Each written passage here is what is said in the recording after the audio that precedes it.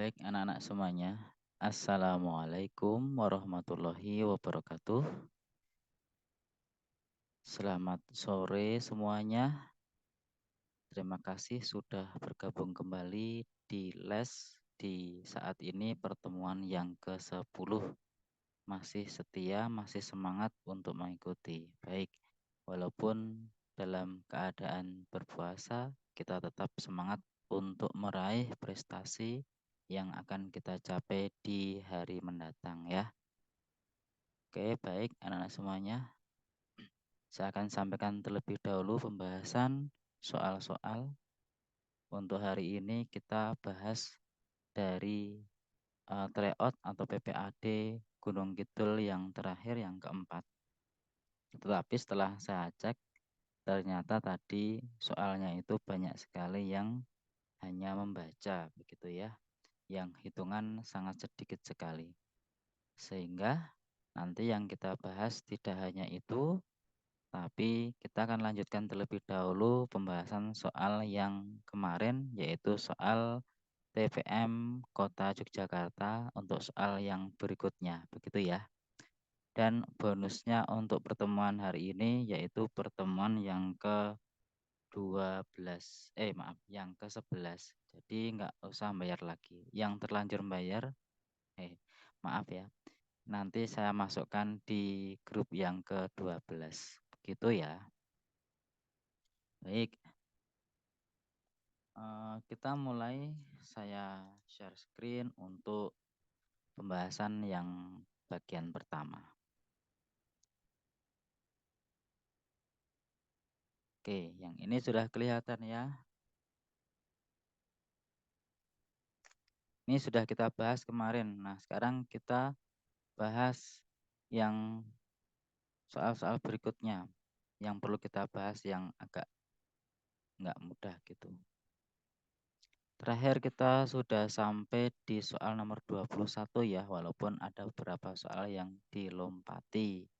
Nah, sekarang kita lihat soal berikutnya, yaitu di nomor 22 ya. Yang sudah bisa, alhamdulillah bagus ya. Nah, tinggal belajar lagi yang lain. Sekarang ini saya sampaikan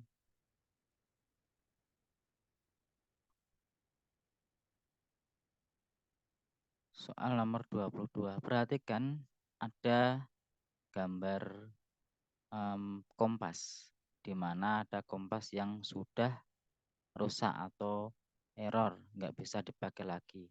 Nah, ciri-cirinya bagaimana? Ciri-cirinya penunjukan utara selatannya itu salah, tidak sesuai dengan yang seharusnya. Ini bisa kita cek dengan membuat magnet buatan di sini. Oke ya. Saya ambil spidolnya dulu.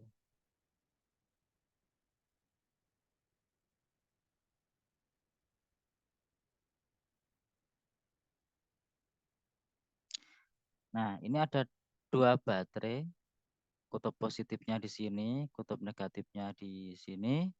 Kemudian ada satu batang, kelihatan nggak kursor saya? Satu batang paku yang dililit oleh kawat. Nah, dihubungkan sehingga ini menjadi magnet. Ujung K dan ujung L menjadi kutub yang berbeda. Nah, masalahnya K kutub apa, L kutub apa, begitu ya. Masih ingat cara menentukan kutub magnet? Nah, kita ulang kembali. Di sini kita lihat dulu arah arus listriknya. Ya, ini ujung positif baterai mengalirkan arus keluar, gitu kan, keluar. Sehingga di sini melilit paku arahnya yang sebelah depan itu ke sana, ke atas gitu ya, ke sana, ke atas kan. Nah, sehingga dengan aliran arus seperti itu, maka akan terbentuk magnet dengan kutub. Kita tunjukkan dengan atau kita tentukan dengan kaidah tangan kanan. Silahkan tangan kanan kalian menggenggam, kemudian arahkan jari-jarinya yang keempat jari itu menggenggam seperti menggenggam paku di situ, mengarah uh, ke atas ya, yang bagian depan ke atas. Sehingga di manakah letak jempolnya? Jempolnya yang masih tidak digenggam itu menunjuk ke arah K atau ke arah L? Ya, ada yang menjawab. Ini kalian menggenggam begini ya. Nah, jadi ini jempolnya menunjuk ke arah K ya. Jadi K menjadi kutub utara. Sedangkan L sebaliknya yaitu selatan. Nah, kemudian kalau ada keterangan jarum kompas itu utaranya yang merah, selatannya yang biru, maka ingat kalau ada dua magnet didekatkan, maka akan saling tarik-menarik kutub yang berlawanan. Sehingga misalnya yang ini gambar kompas 1 itu didekatkan dengan ujung L yang mana kita tentukan ini menjadi kutub selatan. Sehingga yang mendekati L adalah harusnya kutub utara yaitu yang merah. Ini utara. Benar ya, nomor 1 benar. Kemudian dengan cara yang sama kita bisa memperoleh gambar mana yang betul. Kita lihat gambar 2 di mana K di sini adalah utara tadi. Kemudian di sini utara. Utara dengan utara salah ya. Kemudian yang gambar 3 ini K itu utara, di sini yang biru itu selatan. Utara berdekatan dengan selatan. Betul ya? Betul. Sedangkan yang gambar nomor 4 itu L itu selatan, sedangkan di sini kok selatan. Selatan dan selatan. Kok mendekat? Jadi salah. Sehingga yang betul kompas 2 dan kompas 3. Jawaban betul adalah C. Gitu, ada yang mau ditanyakan untuk soal itu?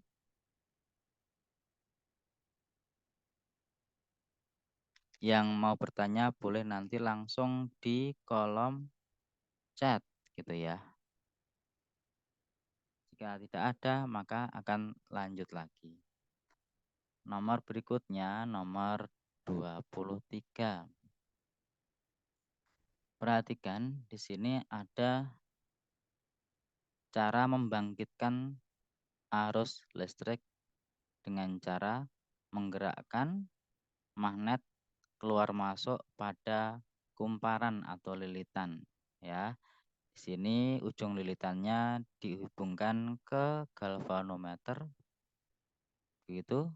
Kemudian digerakkan keluar masuk magnetnya, ternyata jarum pada galvanometer ini menyimpang kanan dan ke kiri gitu. Kalau ini gambarnya itu dikeluarkan dari lilitan maka menyimpang ke kanan, dimasukkan ke lilitan menyimpang ke kiri. Nah, seperti itu. Itu menunjukkan bahwa arah gerak dimasuk dan keluarkan pada lilitan itu menunjukkan terjadi GGL induksi. Jadi ada arus induksi yang dihasilkan dan mengalir pada lilitan itu. Dan diperoleh data percobaan sebagai berikut. Di sini percobaan dengan mengganti kekuatan magnet, yaitu yang dibedakan yang pertama jumlah lilitan, yang kedua adalah menggunakan inti besi. Itu ya. Nah, perhatikan di sini, kemudian ada analisis data percobaan yang dihasilkan. Lihat ada 4 pernyataan, manakah hasil analisis yang tepat. Kita lihat nomor 1. Semakin lambat gerak magnet, maka gaya gerak listrik GGL yang ditimbulkan semakin besar. Di sini perlahan, di sini cepat. Kita lihat pada lilitan yang sama. Semakin cepat, maka semakin bertambah GGL-nya ya. Jadi di sini kalau semakin lambat berarti semakin kecil GGL-nya. Jadi salah nomor 1.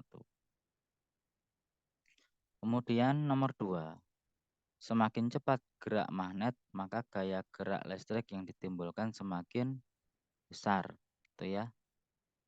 Jadi yang benar nomor 2. Nomor 1 dan 2 kan hanya kebalikan. Jadi yang benar yang nomor 2. Untuk nomor 3, semakin banyak lilitan kumparan, maka gaya GGL yang ditimbulkan semakin besar. Lihat di sini, kita lihat sekarang 500 dengan 1000. Dengan kecepatan yang sama, yaitu yang perlahan. Yang di atas 100, yang di bawah 200. Jadi semakin banyak lilitan, semakin besar GGL-nya dengan kecepatan yang sama, gitu ya. Kalau yang cepat dari 200 menjadi 350 juga semakin besar. Jadi semakin banyak lilitan maka semakin besar GGL yang ditimbulkan. Di nomor 2 dan nomor 3 yang betul.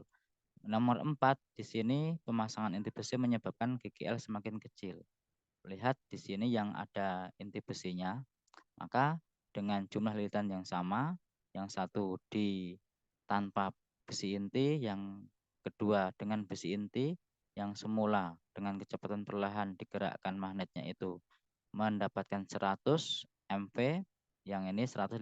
Jadi semakin besar. Jadi kalau semakin kecil salah begitu ya. Jadi yang betul adalah 2 dan 3. 2 dan 3. Jadi jawabannya adalah yang C. Oke, gampang ya. Jadi GGL itu timbul dan besar GGL-nya itu berdasarkan yang pertama adalah kecepatan gerak magnet, semakin cepat semakin besar. Kemudian yang kedua, jumlah lilitan, semakin banyak lilitan semakin besar GGL yang dihasilkan. Dan yang ketiga adalah memperkuat medan magnet, yaitu dengan cara menambah inti besi. Begitu, ada 3 faktor. Ada yang mau ditanyakan di nomor 23? Dipersilahkan jika ada. Saya menunggu di kolom chat, belum ada. Oke. Langsung bersuara juga boleh. Ya anak-anak ya. Kita lanjut nomor 24. Perhatikan ada informasi di sini, ada teks dan juga ada infografis. Di sini ada komposisi yang terdiri dari macam-macam bahan-bahan pada makanan. Pada paragraf yang kedua, dilihat ini beberapa zat aditif. Zat aditif itu zat yang ditambahkan, atau ditambahkan dalam jumlah sedikit sehingga dapat mengawetkan, dapat menyedapkan, dapat menambah cita rasa, dapat menambah penampilan gitu lebih menarik. Itu namanya zat aditif. Nah, semua itu zat aditif buatan ya yang ditekankan di sini. Ini kalau berlebihan bersifat karsinogenik atau menyebabkan kanker. Nah, di sini dilihat ada beberapa komposisi makanan. Nah, berdasarkan kandungan yang terdapat pada bahan makanan ini, zat yang tidak bersifat karsinogenik. Berarti kita mencari apa? Mencari zat-zat yang bukan zat aditif. Jadi yang alami. Mungkin bisa juga zat yang merupakan bahan pokoknya gitu ya. Biasanya kan bukan aditif kalau pokok ya. Kita lihat dari opsi jawabannya saja. Kentang, betul. Ini tidak bersifat karsinogenik karena kan makanan pokok ya. Minyak, olahan kelapa sawit, betul. Tapi yang di sini bumbu rasa berarti ada perasa, penguat rasa, penambah rasa. Jadi ini adalah zat aditif. Jadi ya salahnya di sini ya. Di nomor A jadi salah. Kemudian B, penguat rasa, jelas salah di sini ya. Sudah ada penyedap rasanya. Kemudian yang C, ekstrak daging sapi. Ini benar, daging sapi beneran, kentang benar. Tapi yang di sini monosodium glutamat MSG zat aditif. Salah. Jadi yang salah di sininya ya. Sehingga jawaban yang betul adalah yang D. Minyak, betul. Alfa tokoferol itu vitamin E, boleh. Dan gula, betul. Jadi jawabannya yang D. Begitu ya.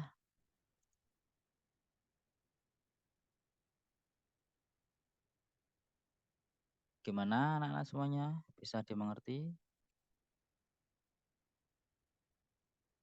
Nggak ada suara ini. Nggak ada mukanya juga ya. Kecuali muka saya. Kartun. Oke, selanjutnya ya nomor 25. Ini ada gambar duri pada tanaman mawar, bunga mawar. Ciri makhluk hidup yang dideskripsikan oleh teks informasi adalah, nah kenapa mawar berduri, kemudian di sini ditanyakan cirinya apa, tumbuh tidak berkaitan, ekskresi tidak berkaitan, adaptasi yang benar, jadi ini menyesuaikan diri terhadap lingkungannya, ya. Karena apa? Karena sebagai melindungi dari pemakannya. Jadi ada herbivora yang senang makan batang dari mawar gitu ya. Jadi nggak berani lagi karena banyak durinya, nanti akan terluka. Kalau iritabilitas ini peka atau menanggapi rangsang tidak ya. Kalau menanggapi rangsang nggak perlu ada bentuk fisik seperti ini. Itu nomor 25. Lanjut nomor 26 ya. Pelajari bacaan berikut. Banyak bacaannya ini ya. Tes DNA. Kita kenal di dunia medis ya. Untuk mengidentifikasi gen, kromosom, protein gitu. Di mana tes ini dilakukan untuk menemukan hubungan genetik atau garis keturunan antara anak dan orang tua. Dah ngerti lah ya. Nah, kemudian di mana di sini DNA itu berada di mana?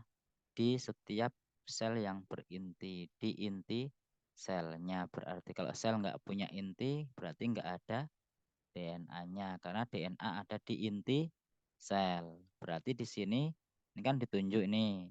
Nomor 1, 2, 3, 4. Mana yang inti sel? Jadi yang inti sel itu yang gambar nomor 3. Jadi ini inti selnya. Jadi DNA ada di intinya di situ.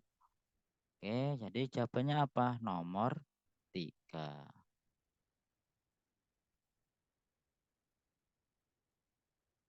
Nomor 27. Oke. Lihat ini. Nih ada ulat nih. Kemudian jadi pompong. Kalian lihat deh ini. Ada ungkrung atau ungker. Di mana ini kan soal Gunung Kidul ya. Kalau orang Gunung Kidul pasti udah nggak asing lagi dengan kayak gini ya. Ini bentuk metamorfosisnya itu menghasilkan yang seperti ini. Lihat ulat jati jadi kepompong. Kemudian setelah itu akan menjadi santapan yang lezat setelah ini gitu ya. Nah, ini kemudian kalau kita hubungkan dengan hewan yang lain di sini, nomor 1, 2, 3, 4, maka hewan tadi itu mana yang berkerabat dekat dengan hewan 1, 2, 3, 4 ini. Nah, jadi kita harus mengetahui tingkatan takson yang paling dekat atau yang sama gitu ya. Nah, kalau kita lihat di tingkat takson apa yang sama dengan ungkrung ini kan ulat ya. Ulat, kemudian kepompong, nanti ini kan seperti kupu-kupu gitu kan ya bentuknya, tapi kupu-kupunya itu agak membesar gitu kan ya. Jadi itu masih termasuk dalam apa? Dalam kelompok serangga atau insekta ya, di mana insekta itu ciri-cirinya apa? Masuk dalam arthropoda ya. Jadi ini hewan berbuku-buku. Jadi ada bagian kepala, dada dan perutnya gitu. Jadi punya segmen bagian tubuhnya. Jadi insekta ciri-cirinya punya kaki sejumlah 3 pasang. Jadi mana di sini kalau misalnya kita lihat kakinya yang 3 pasang. Jadi ada nomor 1 dan nomor 3. Ini ada belalang sama laron gitu ya. Kalau nomor 4 ini sudah kakinya 4, beda ya. Ini arachnida. Kemudian kalau nomor 2 ini kalian kalau ke pantai mesti sering makan yang ini digoreng gitu ya. Undur-undur laut Kayak gini deh bentuknya. Ini masuk dalam kelompok krustase. Kakinya 5 pasang. Tuh ya. Jadi nomor 1 dan nomor 3 jawabannya. Gimana anak-anak semuanya? Bisa dimengerti ya?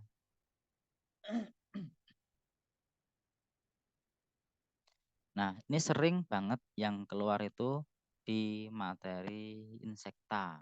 Karena apa? Karena yang paling mudah dicantumkan gambarnya dengan variasi organismenya itu yang serangga gitu.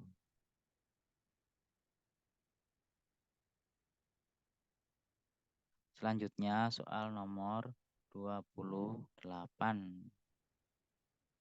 Perhatikan di sini ada dampak dari plastik dari makanan atau minuman yang sering kita konsumsi ya. Dimana kalau kalian lihat di sini plastik itu bisa masuk ke manusia sehingga menimbulkan dampak buruk bagi kesehatan. Bisa lewat udara dengan dihirup, ada serat tekstil, kemudian ada debu ban gitu kan. Ini partikel-partikel plastiknya itu sangat kecil sekali dan bisa jadi gas dan terhirup. Itu yang pertama. Yang kedua, dari limbah rumah tangga. Ini lihat di sini ada pelapukan, kemudian ada produk-produk limbah mesin cuci, produk perawatan, ini kan masuk ke sungai gitu ya. Kemudian itu nanti akan masuk ke bagian rantai makanan di sini, akan terakumulasi di bagian paling akhir, kemudian itu juga beberapa yang bisa dikonsumsi oleh manusia sehingga akan terakumulasi di dalam tubuh manusia. Bisa lewat mulut dengan dimakan, bisa lewat apalagi banyak ya ini. Nah, kemudian di sini disebutkan, dibuat pertanyaan, ancaman yang berbahaya bagi ekosistem dan lingkungan itu yang mana? Lihat, bukan untuk manusianya, tapi bagi lingkungan. Di sini yang ditekankan, yang dicetak tebal, ingat bagi ekosistem atau bagi lingkungan. Gitu ya. Jadi bukan bagi manusia. Yang benar yang mana? Kita lihat.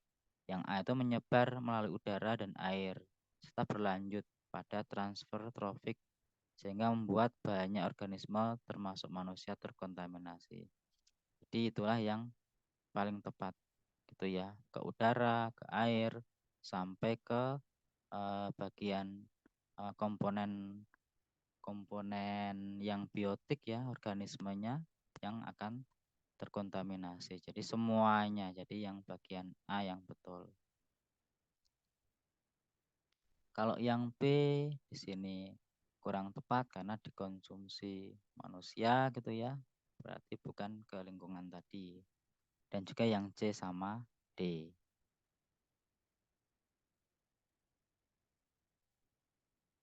Bisa dimengerti nomor 29 ya. Perhatikan infografis di sini ada beberapa macam-macam simbiosis, mutualisme, mensalisme, parasitisme, dan amensalisme. Sudah paham semuanya yang seperti ini ya. Nah, sekarang kalau ada tabel, manakah tabel gambar simbiosis, jenis, dan alasannya yang tepat? Nah, ini langsung kita udah ngerti nih. Kalau nomor 1 itu mutualisme benar antara E. coli dengan usus besar manusia. Itu saling menguntungkan kedua pihak. Jadi betul ya. Kalau yang tali putri di sini ini adalah merugikan. Merugikan pohonnya yang ditumpanginya karena mengambil makanan dari pohon. Ini bukan komensalisme tetapi parasitisme.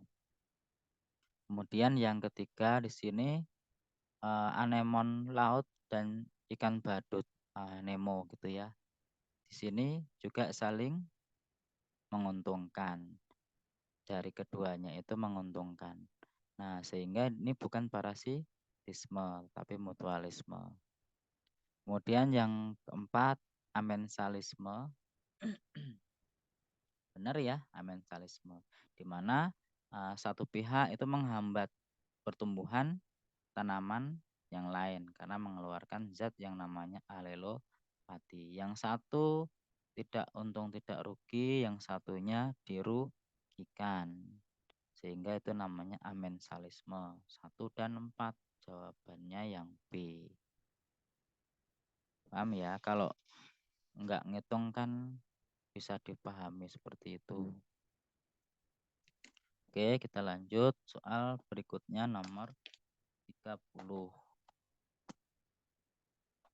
Silahkan loh bagi yang mau bertanya nomor berapa yang sulit boleh. Setelah ini kita lanjut ke yang Gunung Kidul tadi ya. Ternyata hanya 5 soal hitungannya itu saya hitung. Jadi sedikit banget ya. Kita lanjut. Perhatikan informasi berikut ini. Atrofi otot. Jika otot itu terlalu lama tidak digunakan, ini menjadi atrofi otot, yaitu penyusutan pada jaringan otot. Jaringan otot apa itu? Otot lurik, karena yang menggerakkan tulang itu adalah otot lurik. Oke, nah kita bisa lihat yang manakah yang merupakan gambar otot lurik. Ini otot polos salah, tuh ya. Kemudian yang ini otot lurik betul. Kok yang bawah ada otot lurik juga? Yang bawah salah, ini bukan otot lurik tapi ini otot jantung. Ciri-cirinya ini bercabang. Jadi salah di namanya di sini ya. Yang di sini yang C itu ini gambarnya otot lurik tapi di sini otot jantung. Jadi ini otot lurik. Salahnya di situ. Jadi yang tepat adalah jawaban B. Seperti inilah gambar otot lurik. Jadi bentuknya itu silindris memanjang, punya inti sel di tepi. Jadi kalau kita gambarkan, nah ini ada silindris kan ya. Kemudian intinya itu ada di pinggir. Pinggir banyak gitu. Ini ada lurik-lurik gitu kan. Dan tidak bercabang. Beda seperti pada otot jantung. Demikian anak-anak, kemudian nomor 31 ya. Diare. Kalian sering dengar itu ya dan mungkin sudah semuanya pernah mengalaminya.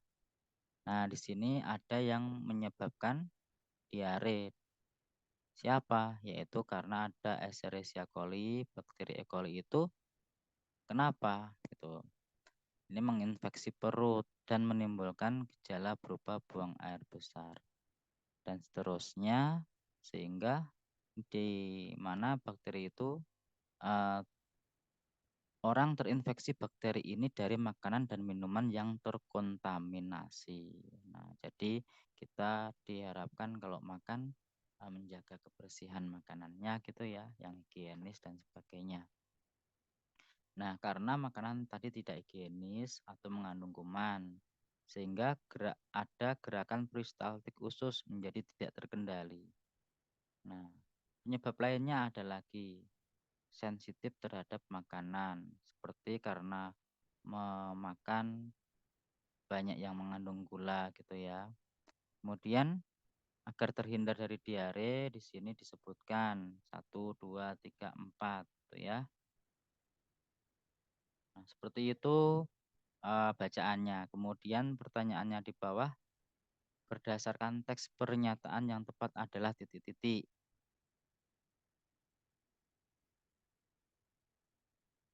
Yang mana nih yang benar nih?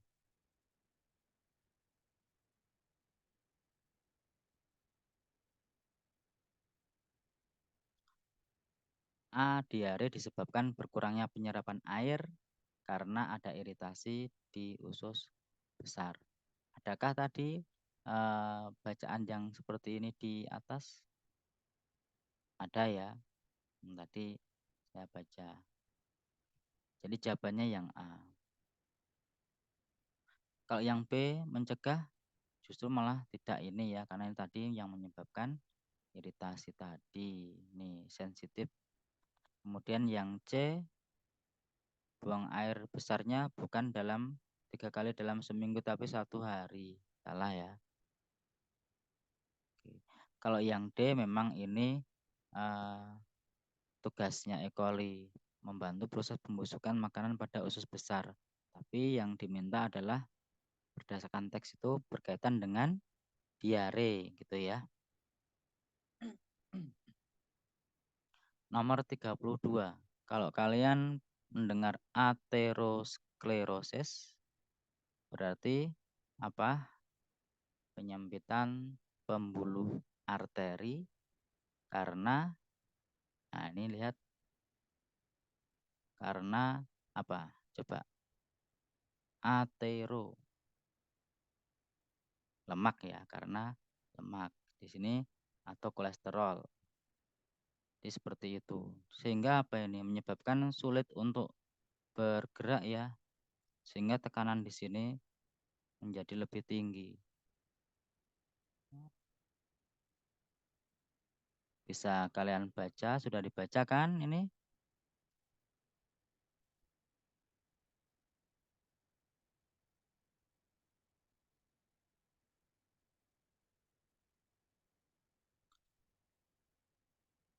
Pernyataan yang tepat tentang aterosklerosis adalah kalau kita lihat dari ABCD-nya kita baca dan kita ngerti itu udah langsung bisa menganalisis. Kalau jalannya sempit, pembuluh darahnya sempit, maka tekanan kok berkurang tuh malah salah kan ya. Tekanannya menjadi bertambah semakin kencang dia ya. Karena jalannya sempit. Kalau yang B, penyakit yang menyebabkan pembuluh darah arteri tebal dan elastis. Enggak, ini menjadi semakin tidak elastis, kaku, dan sempit tadi. Salah ya. Yang C, meningkatnya kelenturan arteri. Salah. Jadi yang benar adalah menyebabkan suplai oksigen berkurang. Kenapa? Karena jalannya sempit sehingga yang dialirkan menjadi semakin sedikit sehingga suplai oksigennya berkurang. Nomor 33, frekuensi pernafasan. Nah, ini frekuensi napas kita itu berkisar antara 12 sampai 15 napas per menit gitu ya. Nah, tapi bisa lebih bisa kurang tergantung beberapa faktor. Di mana yang pertama ini aktivitas. Jadi kalau santai tiduran itu lebih dikit. Tapi kalau yang aktivitasnya berat ini menjadi lebih besar. Itu ya. Kemudian yang kedua itu adalah jenis kelamin, di mana yang perempuan frekuensi pernapasannya lebih besar atau lebih tinggi dibandingkan laki-laki karena volume paru-parunya lebih kecil dibandingkan yang laki-laki lebih gede. Kemudian yang ketiga, posisi tubuh. Bisa tiduran, kemudian berdiri, itu berbeda. Oke, kemudian yang keempat,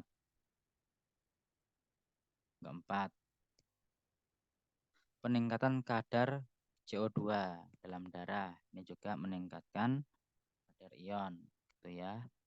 Sehingga menyebabkan frekuensi pernapasannya juga meningkat.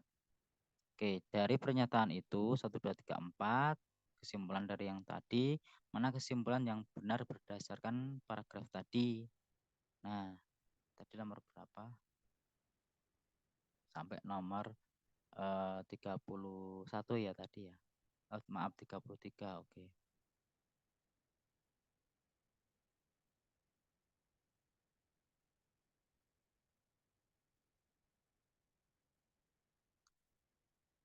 Kita lihat yang benar yang ini. Kenapa yang 1 dan 4 salah? Posisi tubuh. Ini di sini ada tidak mempengaruhi. Salah ya, posisi tubuh tadi juga ikut mempengaruhi. Yang nomor 4 salah. Kenapa? Semakin tinggi aktivitas, frekuensi pernafasan meningkat karena banyak dibutuhkan bukan CO2 tapi O2. Jadi yang benar nomor 2 dan 3. Wanita lebih tinggi frekuensinya. Kemudian yang nomor 3, peningkatan CO2 berbanding lurus dengan peningkatan frekuensi itu di paragraf yang keempat tadi.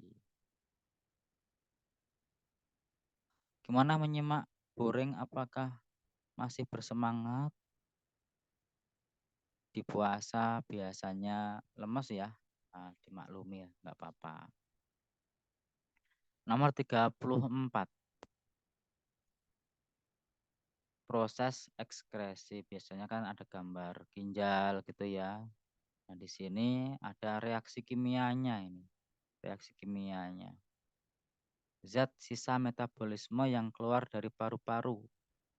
Digambarkan dengan reaksi. Ini ada gula, bereaksi dengan oksigen membentuk energi, kemudian menghasilkan CO2 dan H2O. CO2 nanti dibuang. Kemudian air kapur yang bereaksi dengan karbon dioksida akan membentuk endapan kapur dan air. Hubungannya apa ini? Nah, kita bisa melihat pada saat kalian meniup air yang bening, di mana di sini ada air kapur yang sudah bening gitu ya. Kemudian ditiup, di sini timbul gelembung kan, terus lama kelamaan menjadi keruh seperti susu. Ini keruh. Apa yang terjadi? Berkaitan dengan pernapasan. Jadi ini ekskresi di paru-paru yang mana kalau kita bernapas mengeluarkan CO2. Nah, CO2 ini jika dialirkan ke air kapur, CaOH2 kali, kalsium hidroksida, direaksikan dengan napas kita yang mengandung CO2 karbon dioksida, akan menghasilkan kalsium karbonat. Ini ada es, endapan kapur. Ini endapan kapur yang bentuknya putih gitu ya, dan air. Sehingga jawabannya kalau kita lihat di sini adalah yang A. Keruhnya air kapur diakibatkan reaksi CO2 dari sisa pernapasan membentuk kalsium karbonat. Nah, ini biasanya percobaan ini dipakai untuk menyelidiki zat yang dihasilkan dari bernapas atau yang diekskresikan oleh paru-paru, yaitu CO2. Gitu anak-anak. Kemudian nomor 35 ya, agak cepat aja ini biar bisa menjawab yang berikutnya ya. Semen bukan sperma. Sperma apa bukan? Semen, cairan semen. Nah, lihat di sini, semen dan sperma itu dikeluarkan bersamaan saat ejakulasi. Nah, sperma itu merupakan sel yang membawa kromosom haploid dari pria, sedangkan semen itu adalah sel sperma dan ditambah dengan cairan seminal, di mana di dalamnya itu hanya 1%-nya saja spermanya. Nah, dari keseluruhan cairan semen. Di sini kalau kita lihat ada 3 bagian organ reproduksi. Yang pertama prostat. Yang mana prostat? Prostat itu yang ini.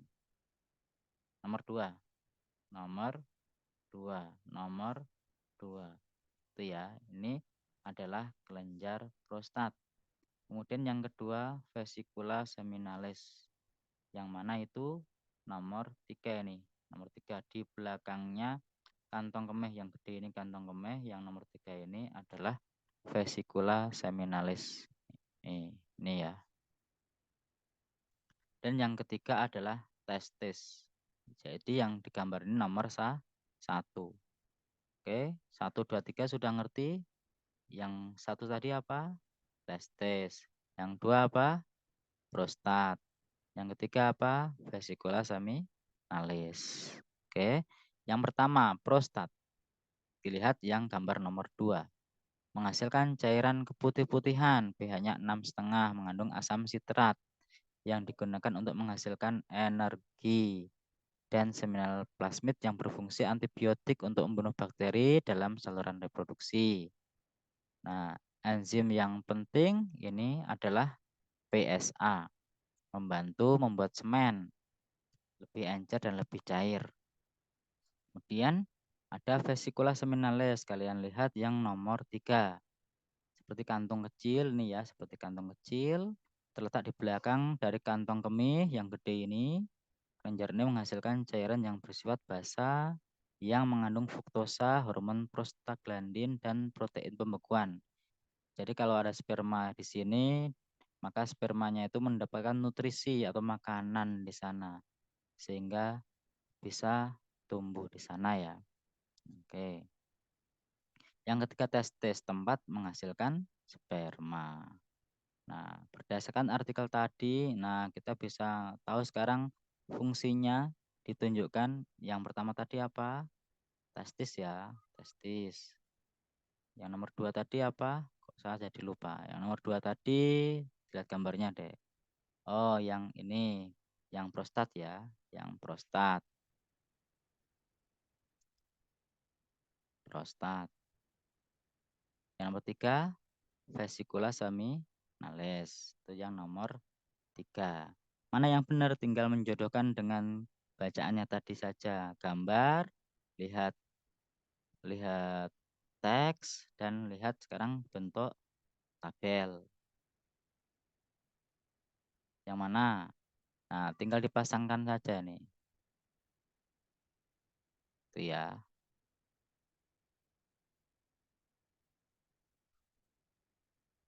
Sudah ketemu? Testis. Produksi sperma, betul. Betul. Betul. Nah, betul semua nih, OC. Yang 2 sekarang. Prostat. Cairan asam sitrat tadi ya. Oke, yang C berarti ya. Oke. Berikutnya nomor 36. Di mana makanan disimpan? Di mana? Di kelenjar, di jaringan parenkim. Nah, di situ ya.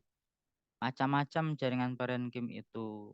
Nah, jaringan dasar, jaringan parenkim penimbun, fungsinya untuk menyimpan cadangan makanan berupa zat tepung dan sebagainya. Kalau di daun ditunjukkan di sini, yang di jaringan di sini ya. Kemudian yang kalau di batang ada di sini. Ini jaringannya di sini. Oke. Yang paling besar bagian pada jaringan tumbuhan itu adalah jaringan parenkim. Sehingga jawabannya karena yang ditanya itu adalah 4 dan F.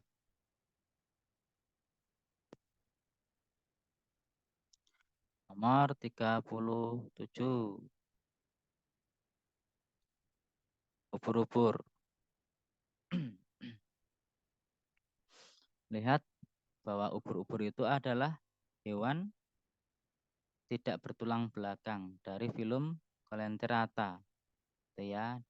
Kemudian organ kelaminnya itu terpisah. Proses fertilisasinya terjadi di organ reproduksi ubur-ubur betina. Di sini ada tahapan metagenesis ubur-ubur. Ada fase polip dan ada fase medusa. Nah, reproduksi secara generatif dan juga bisa secara vegetatif. Saling bergiliran. Nah, gitu ya. Itulah yang namanya metagenesis. Yang pertama fase medusa. Ubur-ubur itu akan menghasilkan sel telur dan yang jantan menghasilkan sperma. Jadi pada fase ini terjadi reproduksi secara generatif gitu ya, karena ada sel telur dan sperma. Sehingga nanti terjadi pembentukan zigot. Gitu ya. Kemudian zigot berkembang menjadi larva yang punya rambut getar disebut planula. Nah, kemudian planula ini akan mencari substrat di dasar laut untuk mengikatkan dirinya dengan bantuan silia. Bila posisi planula sudah menempel pada substratnya, silia planula akan terlepas dan larva planula terus tumbuh. Itu ya. Nah, di sini kemudian lihat ini, apa tuh yang ditanya Ki? Reproduksi ubur-ubur pada fase medusa. Oh, gitu ya. Jadi yang medusa tadi apa? Generatif apa vegetatif? Yang generatif. Yang ini salah ya. Kita singkirkan dulu. Kita fokus ke jawaban A dan jawaban C. Generatif pembentukan tunas. Wah, ini udah salah ya. Generatif kok membentuk tunas. Itu vegetatif. Berarti yang C yang betul ya. Generatif karena berasal dari hasil peleburan sel telur dan sperma. Oh, ternyata itu aja yang ditanya. 38. Ada yang tanya nggak?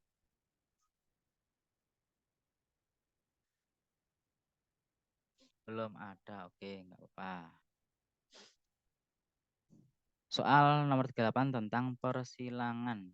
Di sini ada kambing etawa yang disilangkan itu memiliki ciri badan besar, kemudian dituliskan B besar B besar. Ini genotipnya. Kemudian yang berikutnya, yang kedua yaitu ini adaptasinya rendah.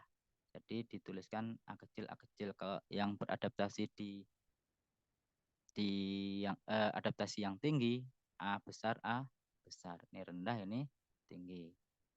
Kemudian persilangan keduanya. Jadi ini ada kambing etawa. Tadi apa? B besar A kecil A kecil. Jadi badannya besar, adaptasi lingkungannya rendah, itu ya. Kurang bisa beradaptasi gitulah. Kemudian yang kedua, kambing kacang. Genotipnya badannya, tubuhnya kecil, B kecil, tapi daya adaptasinya tinggi, A besar, itu kan. Nah, persilangan antara keduanya diharapkan dapat sifat unggul. Yang unggul apa? Badan besar dan adaptasinya tinggi. Nah, jadi di sini nanti punya genotip ada B besarnya, ada A besarnya. Jadi bisa B besar, A besar bisa, atau B besar, B kecil, A besar bisa, atau B besar, A kecil bisa, boleh, atau B besar, B kecil, A kecil. Ini semuanya badan besar dan adaptasi tinggi. Mana yang menghasilkan di antara empat ini? Itulah yang ditanya. Di sini kan nanti menghasilkan dari keturunannya ini B besar B kecil, A besar A kecil gitu kan. Nah, ini F1-nya. Maka kemudian jika sesama F1 disilangkan, maka mana yang merupakan atau memiliki karakteristik unggul. Lihat F1 yang pertama itu ini gametnya ada 4. Yang satunya lagi gametnya juga ada 4 karena semuanya adalah hetero gitu ya. Nah, supaya mendapatkan di antara 4 ini yang mana? Coba kita lihat 1 dan 5. 1 berarti B besar, A besar ya. B besar, A besar dengan nomor 5 B besar, A kecil tuh.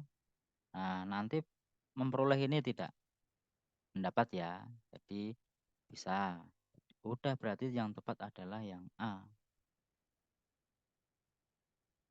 Kalau saya memilih nomor 9 dan 12, kenapa salah? Nomor 9 yang bawahnya B besar, B kecil, A besar. Yang nomor 12 12 mana toh? Nih, B kecil, A kecil, A besar, A kecil. Nah, gitu kan? Kenapa ini? Maaf.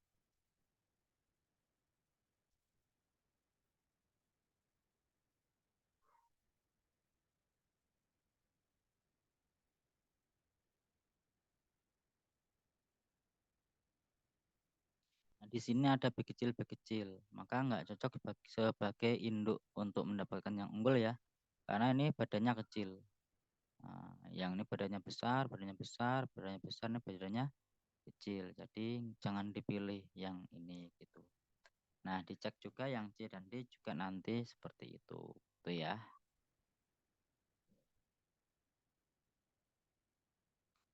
Nomor 39.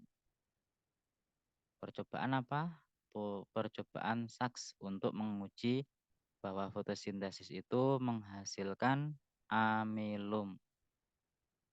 Ya, di sini ada gambar urutan langkah percobaannya nomor 1 sampai nomor 4, di mana nomor 1 ditutupi daunnya itu dengan kertas, karbon atau aluminium foil sehingga harapannya tidak mendapatkan sinar matahari, sehingga kalau enggak ada sinar matahari, apakah nanti kalau diuji itu dengan lugal itu berubah warna? Tidak, ternyata enggak berubah warna, berarti lugal itu positif terhadap amilum. Jadi yang ada amilumnya adalah bagian yang tidak tertutupi. Jadi faktor untuk berfotosintesis itu adalah adanya sinar matahari, cahaya gitu ya.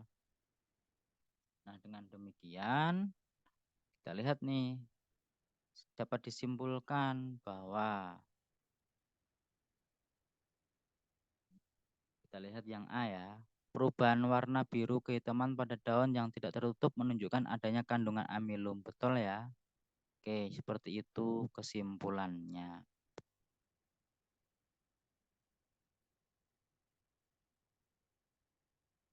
Terakhir, nomor 40, membuat nata de coco. Sudah sering kalian makan ini ya, tapi apakah sudah ngerti bagaimana cara pembuatannya dengan menggunakan apa yang ditambahkan di sana? Nah, ini adalah caranya sebagai berikut. Nah, pernyataan yang tepat berkaitan dengan proses pembuatan nata de coco adalah titik-titik. Ya, di sini asam cuka yang ditambahkan pada air kelapa bertujuan untuk meningkatkan cita rasa. Nah, tujuannya adalah menyesuaikan pH-nya tadi ya. Nah, jadi asam cuka tadi fungsinya untuk apa? Ya, di sini disebutkan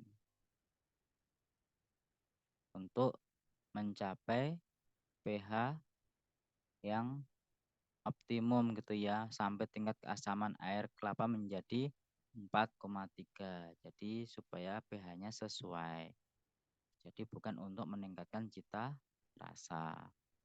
Yang betul yang B, penutupan air kelapa setelah diberi biang bakteri dengan kertas bertujuan agar mendapatkan oksigen optimum untuk proses metabolisme Acetobacter pseudomonas. Yang C mirip dengan yang A, kurang tepat. Yang D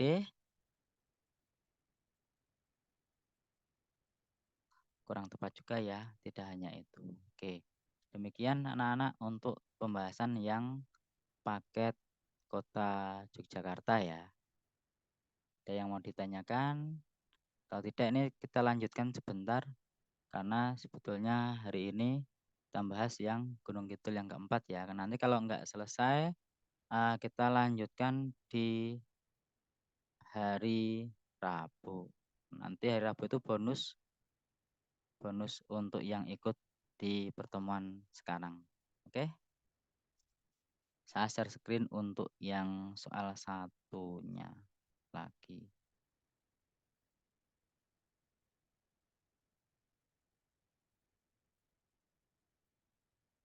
Apakah sudah kelihatan layarnya? Ini soal paket dari Gunung Kidul yang keempat.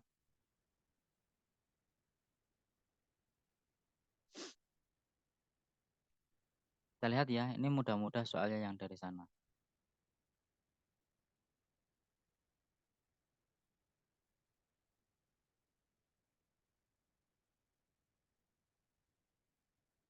Ini kena.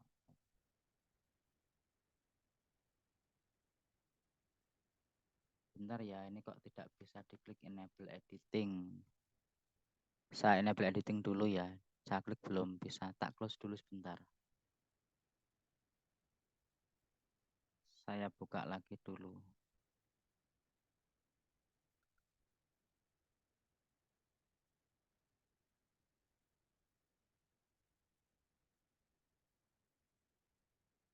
Oke.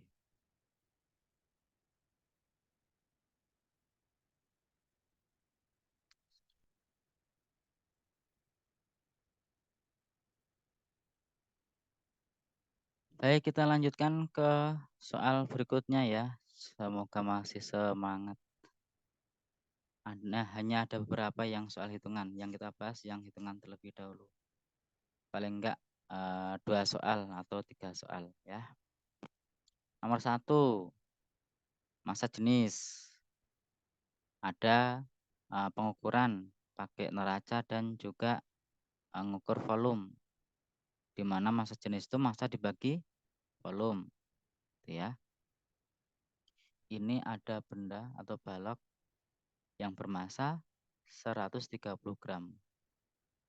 Kemudian volumenya bisa dilihat panjang kali lebar kali tinggi. Kita hitung nih volumenya berapa? 6 kali 2 kali 4. 6 kali 2, 12 kali 4, 48 cm kubik. Massa jenis sama dengan massa dibagi volume M per V. Massanya 130 gram. Volumenya 48 cm kubik. Kita nggak usah repot-repot sekarang pakai kertas. Karena pada saat ASPD itu ada kalkulator. Jadi ngitungnya pakai kalkulator aplikasi bawaan saat ujian. Jadi tinggal sentuh saja 130 dibagi 48. Udah langsung ketemu jawabannya lewat kalkulator itu 2,7. Atau kita bayangkan aja ini dibulatkan 50 deh, 50 gitu ya. Nah, 130 bagi 50 berapa? Hanya dapat 2 kan? Nggak sampai dapat 7 kan? Nah, ini kan hanya 2, 7 sama 8. Berarti 2, nah, udah jadi jawabannya 2, gimana? Gampang kan? Teman-teman kalau soal seperti itu salah gitu ya. Nomor 2 yang apa? Paragraf-paragraf dilompati dulu ya. Lanjut nomor 4 deh, nomor 4. Perhatikan ini. Ada 2 anak, Sandi sama Adit, mengukur dengan termometer yang skalanya dibuat berbeda. Ini buatan Sandi saat mengukur es yang sedang melebur, ini diberi skala negatif 10, sedangkan miliknya Adit diberi nilai 20. Sandi, yang ini Adit, yang bawah negatif 10, yang Sandi 20. Kemudian mengukur lagi di air mendidih. Yang atas miliknya Sandi 90, miliknya Adit 100 derajat. Nah, ketika mengukur suatu zat, ternyata di sini terukur miliknya Sandi itu ini kan diberi skala gitu ya, dari sini sampai sini. Nah, di sini menunjukkan angka 50. Nah, miliknya Adit menunjukkan skala berapa. Kita bisa hitung dengan cara yang mudah. Miliknya Sandi 50 dikurangi bawah miliknya Sandi negatif 10 per miliknya Adit sama di sini A, misalnya Adit ya. A dikurangi yang bawah miliknya Adit 20 sama dengan. Sekarang skalanya ya, dari yang miliknya Sandi itu 90, yang atas dikurangi yang bawah 10 per miliknya Adit yang atas 100 dikurangi yang bawah 20. Itu ya. Baru udah dihitung. 50 dikurangi negatif 10, 60 per A dikurangi 20. Sama dengan 90 dikurangi min 10, 100. Dibagi 100 dikurangi 20, 80. Kita sederhanakan, dicoret atas bawah. 180 dibagi 20, yang atas dapat 5, yang bawah dapat 4. Oke, kemudian yang kiri dengan yang kanan bagian atas disederhanakan, dapat 1, yang ini dapat 12. Kemudian kita kalikan silang, 1 dikali A dikurangi 20, A min 20. 12 dikali 4, 48. Jadi A sama dengan 48 ditambah 20, hasilnya 68. Maka jawabannya 68. Itu bisa dimengerti ya. Kita lihat yang soal hitungan ya. Nomor berapa lagi?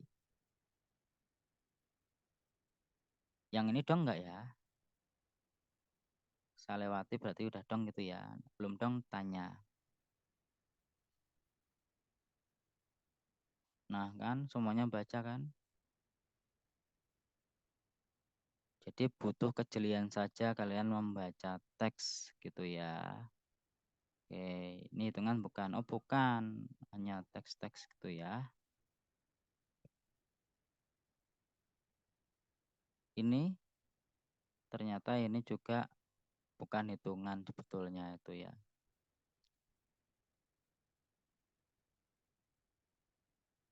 Mana nih?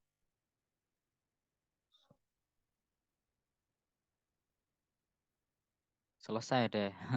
Oke, satu lagi soal terakhir yang kita bahas di les ini ya, nomor berapa? Nomor 19. Hitungan kayaknya. Oke, hukum kolom. Ya, juga mudah ini. Kita lihat rumus hukum kolom F sama dengan K Q1 kali Q2 dibagi R kuadrat. Ada dua benda terpisah di jarak R. Ya. Jika kemudian kedua muatannya itu dipindahkan sehingga jaraknya menjadi 2 kali semula. Jadi yang Q2 mungkin jadi di sini gitu ya. Ini Q2. Q1 tetap, Q2-nya di sini. Sehingga jaraknya menjadi 2 kali R. Ini 2 R. Maka sekarang gaya listriknya menjadi berapa? Kita masukkan ke sana. Gaya listrik yang kedua, ini yang pertama tadi, sekarang yang kedua. K kali Q1 kali Q2 dibagi R-nya menjadi 2 R kuadrat. Ini kan jadi K Q1 kali Q2 dibagi 4 R kuadrat. Yang semula R kuadrat ini jadi 4 R kuadrat tapi di bawah. Maka ini kan sama dengan 1/4 dari K Q1 kali Q2 dibagi R kuadrat. Sama kan bentuk ini dengan bentuk ini ya, sama ya. Nah, di mana yang ini, yang K kali Q1 Q2 per R kuadrat itu adalah F. Sehingga ini sama dengan 1/4 dari F yang pertama tadi. Maka jawabannya 1/4 F. Itu. Oke, itu saja dulu anak-anak semuanya. Kita akan lanjut di pertemuan yang ke-11 ya. Silahkan nanti kalau ada soal yang mau dibahas, boleh di-share saja di grup, nanti kita bahas bersama-sama. Saya akan bahas jika itu masuk di kisi-kisi atau di pemetaan itu. Kalau nggak masuk, saya nggak akan bahas. Itu ya, jadi saya menjawabnya di saat live seperti ini. Oke, itu saja untuk pertemuan hari ini. Saya cukupkan sampai di sini. Terima kasih atas keikutsertaannya di pelajaran sore ini. Silahkan setelah ini bisa lanjut dengan aktivitas menjelang buka puasa bagi yang berpuasa. Terima kasih atas perhatiannya. Kita tutup. Alhamdulillahirrahmanirrahim. Terima kasih. Assalamualaikum warahmatullahi wabarakatuh.